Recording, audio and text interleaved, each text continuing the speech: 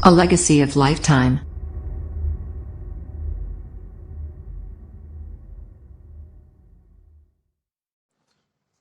जय श्री राम दोस्तों, कैसे हैं आप सब। आशा करता हूं कि बहुत ही प्रसन्न चित्त, स्वस्थ व मस्त होंगे। आज बहुत सारी विपदाएं, बहुत सारी दुरूह विचारधाराएं एक दूसरे से टकराती हुई प्रतीत हो रही हैं। ऐसा क्यों हो रहा है? भारत दो विभाजनों दूसरे विभाजन की तरफ क्यों बढ़ रहा है? पहला विभाजन तो ये था कि जब भारत और पाकिस्तान अलग हुए, भारत खंडित हुआ, ये ज्योग्राफिकल डिस्ट्रीब्यूशन था, ये ज्योग्राफिकल बाइफर्केशन था धर्म के आधार पे। आज धर्म के आधार पे, जाति के आधार पे, विचारधारा के आधार पे हमें बांटा जा रहा है पुनः। ऐसा लग रहा है कि कोई बहुत ही भयंकर षड्यंत्र चल रहा है राष्ट्रवाद और सनातन के विरुद्ध। इसका पहला उदाहरण देखने को मिल रहा है। रिपब्लिक भारत नाम का एक चैनल है, उसके ऊपर काफी उठापटक चल रही है। तो ये उठापटक है क्या? ऐसा क्यों हो रहा है? इस पर अगर हम गौर डालते हैं तो हमको ये देखने को मिलता है कि रिपब्लिक मीडिया नेटवर्क या रिपब्लिक वर्ल्ड या आर भारत, ये बेसिकली एक फ्री टू एयर चैनल है, न्यूज चैनल है। इसके मालिकाना हक अर्नब गोस्वामी और राजीव चंद्रशेखर, जो एशिया नेट के माध्यम से एक को ओनर है। तो इनके ऊपर ये आक्षेप लगाया जाता है कि इन्होंने टीआरपी को खरीदा, लोगों को पैसे दे करके टीआरपी को खरीदा। टीआरपी के लिए ये 400-500 रुपए एक व्यक्ति को देते थे। वो अपना टेलीविजन लगातार इनके चैनल पे लगाए रखता था और ऐसा बहुत कुछ इन्होंने अलग अलग लोगों को पैसे दे करके कराया। चलिए, पहली दृष्टि में सुनने पे लगता है कि हाँ, वास्तव में हो सकता है, और ये अगर ऐसा हुआ है तो गलत है। पर एक बात ये नहीं समझ में आती कि 300-350 रुपए महीने का केबल टीवी का आप कनेक्शन लें, एयरटेल का लें, डिश टीवी लें या किसी का भी लें, 300-350 रुपए महीने का एवरेज आ ही जाता है। और भारत के विभिन्न राज्यों में, विभिन्न शहरों में लगभग ये आता है। तो 500 रुपए महीना प्राप्त करके 300-350 रुपए खर्च करके प्लस अब लगातार टीवी चलेगा तो बिजली का बिल भी कुछ ना कुछ 150 जाएगा ही जाएगा। तो इसमें आदमी बचाता कितना होगा? पर खैर, हो सकता है कि महाराष्ट्र सरकार को कुछ इसमें मिल गया हो, जो जहां तक हमारी बुद्धि नहीं जा रही है। फिर मैंने कहा कि मैं गौर करूं कि ये टीआरपी मीटर्स जो हैं, ये टीआरपी मीटर्स जहां जहां लगे हैं उनकी एक लिस्ट निकाली जाए। तो मेरा ज्ञान मेरा साथ छोड़ता दिखा है, क्योंकि मुंबई में मात्र टीआरपी चैनल्स के जो टीआरपी मीटर्स डिस्ट्रीब्यूट किए गए हैं भारतवर्ष में, उसका मात्र 2% ही है। तो 2% टीआरपी चैनल्स को मॉड्यूलेट करके फाइनेंशियली इतनी बम्पर जो टीआरपी है वो कैसे आ गई?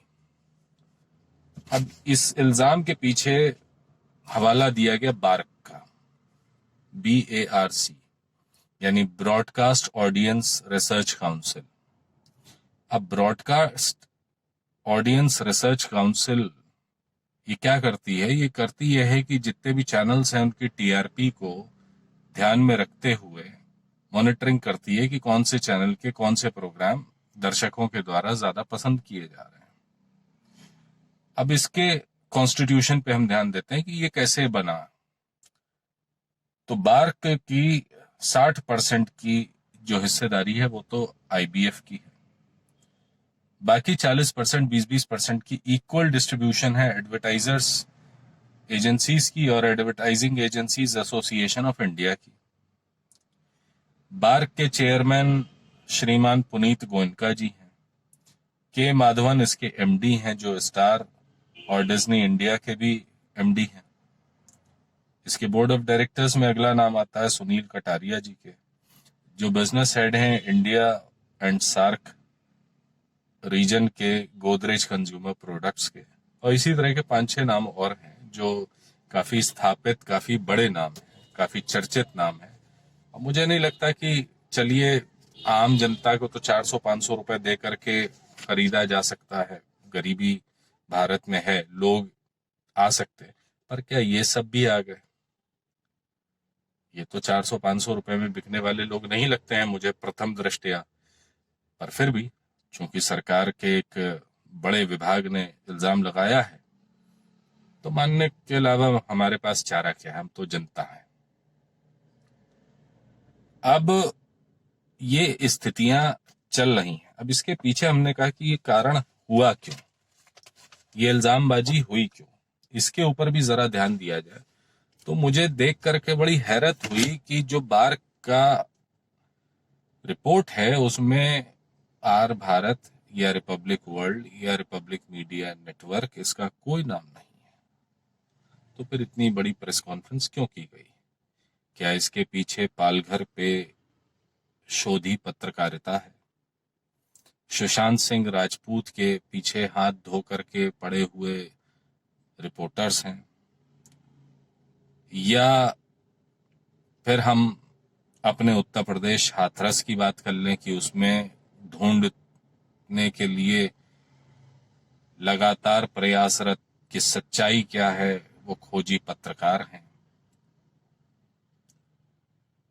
जो भी हो, ये तो एक जांच का विषय है और मैं मांग करता हूं भारत सरकार से कि इस तरह की चैनलों की लड़ाई, मीडिया की लड़ाई, ये मूलतः भारत के मीडिया पे प्रश्न लगाने का एक तरीका है। और यदि मीडिया बिकता है, मीडिया निष्पक्ष नहीं है, तो फिर ये मीडिया के ऊपर भरोसा करना, और भारत में तकरीबन 130 करोड़ की आबादी में 55 से 60 करोड़ कनेक्शन हैं अलग अलग लोगों के पास, जो 300-500 रुपया माहवारी खर्च करते हैं। तो वो लोग इस खर्चे को बचाएं। जब मीडिया की वैधानिकता पे, मीडिया की निष्पक्षता पे ही सवाल उठ रहा है, तो क्या ये सही है? तो फिर हमारे लिए दूरदर्शन का वो पुराना जमाना क्या बेकार था कि दिन में एक बार खबरें, समाचार आ गए, एक चित्रहार देख लिया, कम से कम मानसिक सुकून तो आदमी के पास था। तो कृपया करके ये सभी लोग सब कुछ बंद करें, निष्पक्ष जांच की जाए इसकी। और इसमें कहीं ना कहीं महाराष्ट्र सरकार के एक बड़े नेता के सुपुत्र के भी किसी वाद में सम्मिलित होने का भी अंदेशा है, जिसकी वजह से इतना खुला हाथ, खुली छूट दी जा रही है, चीजें स्पॉन्सर की जा रही हैं, ऐसा लगता है। तो हो सके तो उसकी भी जांच हो, क्योंकि एकदम से सबको क्लीन चिट मिलती दिखाई दे रही है, ये एक संशय पैदा करती है कि सुशांत सिंह राजपूत की पोस्टमार्टम रिपोर्ट क्या निकल के आई सामने। हमारी जो एजेंसी इतनी बड़ी ड्रग्स को इन्वेस्टिगेट कर रही थी, एनसीबी, उसने अगर कोई साक्ष्य उसके पास थे नहीं तो रिया चक्रवर्ती को गिरफ्तार क्यों किया? और अगर कोई साक्ष्य थे जिनके दम पे गिरफ्तार किया, तो फिर इतनी जल्दी बेल कैसे मिल गई? माननीय न्यायालय के सामने वो साक्ष्य रखे क्यों नहीं गए?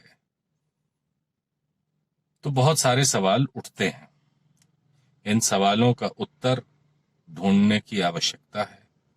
मैं एक भारतीय नागरिक होने की वजह से यही उम्मीद कर सकता हूं कि मेरे भारत में सबको न्याय मिले, निष्पक्ष न्याय मिले, और जल्दी मिले। जय हिंद, जय भारत, वंदे मातरम, नमस्कार।